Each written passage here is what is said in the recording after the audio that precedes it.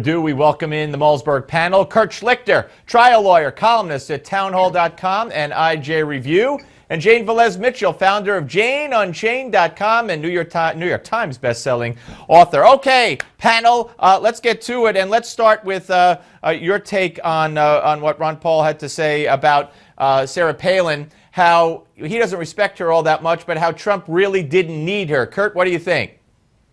Well, look, I hate as much as anybody to agree with anything Ron Paul says.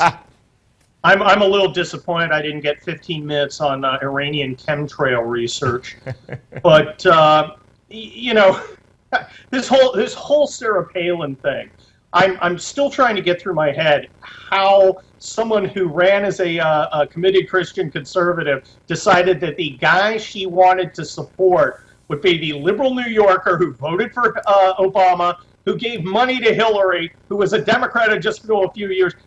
How did you come up with Donald Trump?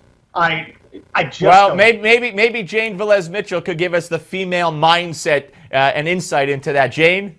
Well, I agree with your other guest. I think, first of all, Sarah Palin came off sounding a little cray-cray. It was a cliche festival, and she sounded a little out of her mind, in my opinion. And while this may help him with some people in Iowa, I think it's horrible for him nationally. Sarah Palin is a joke. You talk to people, Sarah Palin is a punchline. And indeed, I think the fact that she endorsed this man who called the man who put her on the map a loser and said that John McCain wasn't a war hero, he was just a guy who was captured. Right.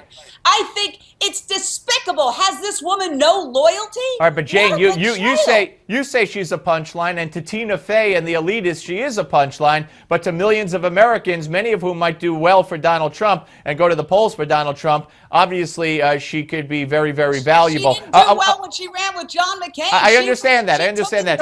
And they lost. Kurt, I want to get to you. You wrote a piece at Town Hall about the elitists and feeling smug, and how we're paying for the elitists to feel smug. What do you think they're doing, the Republican elitists right now? Are they plotting? Are they planning, if it's Cruz, if it's Trump, to throw that convention into chaos? Well, what they're doing right now, Steve, is a vulgarity, and I'm not going to say it. But let's just say the GOP elitists are kind of going crazy right now. Donald Trump seems to be firmly in the lead. I saw him at like, what, 48% in Florida? Oh, yeah, he's beating. He's got a 20-point lead if you combine the Bush and Rubio in Florida. The New Hampshire numbers out today from CNN, 34-14 over Cruz. I mean, there just seems to be no stopping him. I do want to ask Jane about the flip side, the Democrat side, and the Hillary numbers getting trounced in New Hampshire, 60-33. And on the question, Jane, which we've discussed with you for many, many months, who is the least honest of the three Democratic candidates? Hillary, 55% said Hillary, 2% said Bernie Sanders. How could you possibly rationalize that? I agree with Ron Paul that a lot of these polls are nonsense. It's the people who pick up the phone. Hillary is very strong. She's getting stronger. She's stronger among women, and that is super important. And that's one of the reasons why after Benghazi didn't resonate, they're now trying to dredge up scandals from the 90s regarding her husband. And Kurt, it's all going to backfire. Okay, Kurt, accept there's a big story in the New York Times today about scandals from the 90s and how it's making women think twice, and how she's losing women who had no idea about what Bill Clinton is accused of doing. Well, as the guy kicked off CNN for raising it. That's right, you did. the scandals of the 90s are devastating to her, but what's even worse is her, well, I'd like to say she'd be indicted because she's manifestly and clearly violated the law on classified material. But hey, what do I know? I was only an Army colonel, right? And not to mention, Kurt, what's going to happen is she will not be indicted because the Department of Justice is manifestly corrupt.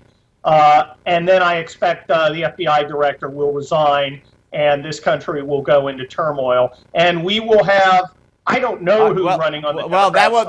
That's an interesting center. Guys, got to end it here. I thank Jane Velez-Mitchell and Kurt Schlichter. Thank you both very much. Folks, we'll come back. I want to hear from you on exactly what we've been talking about. Hillary, her trustworthiness numbers in New Hampshire, losing, getting trounced in the polls by Bernie Sanders in New Hampshire, struggling in Iowa, and of course Donald Trump, Sarah Palin, the whole thing.